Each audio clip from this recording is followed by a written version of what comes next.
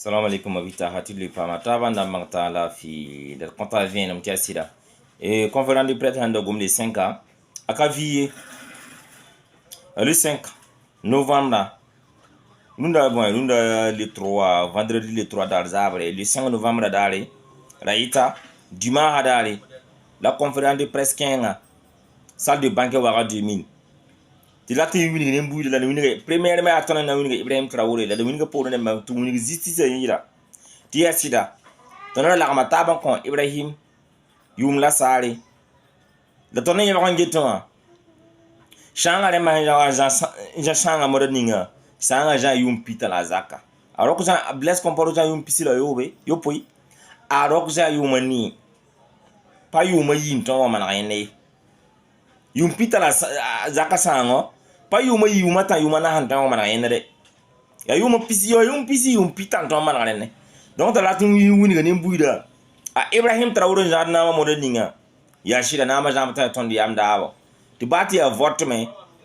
ya nembuida ya karba yam na ba o bata moro ne ta yakam parati bi banga sata Ibrahim dig modaninga wenna mana me assiste zinga mi assiste zinga me nembuida ndugo yakane ninga ya Ibrahim Traoré la Burkina Faso comme wa minio pisi la kay ba hanto yakane yang ne yenga it ba mala ba yele ba marata e boomzi ay sirizame to no panya we gabi tinya mi to wenna mbeba ya Burkina Faso ya kalanti sa om si mingum rom po mbar ko ma beba na ya kalanti beba na tiama ya mi ton ya barka ko ma ngom nti ntenga wenna man to yak ne bani si barka me ya amna ta rasona ba ala tan kolong namba asaviat lu pe namba iyam drama yibe me ngai tolo de kuradan pije ba mimi be gon ven fa ya ton victoire dans mal ndebede be gon ven fa ton victoire dans mayi e mimi tiba esumi ne bani zin ko da mama bana ga tiba gom sama ibe yura bamba esumi wana ba mata ba menga esui donc ton data Ibrahim Traoré ya yum pisila no yum pita a ibe menga hampa yakti yum nyake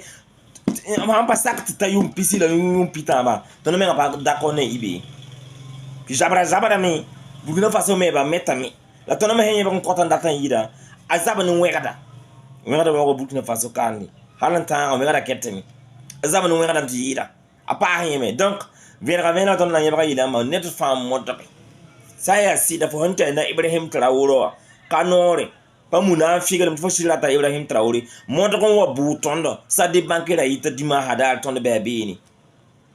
se mi gam fo no to Sankara pa munafiga dum nongre moto ko sa de bankewa rayita be moto ko wini fo mu belum na Ibrahim Traoré fa hanno nga andale so fa hanno nga anor bersongo bi banga sa ton Ibrahim Traoré la anor bersongo nunda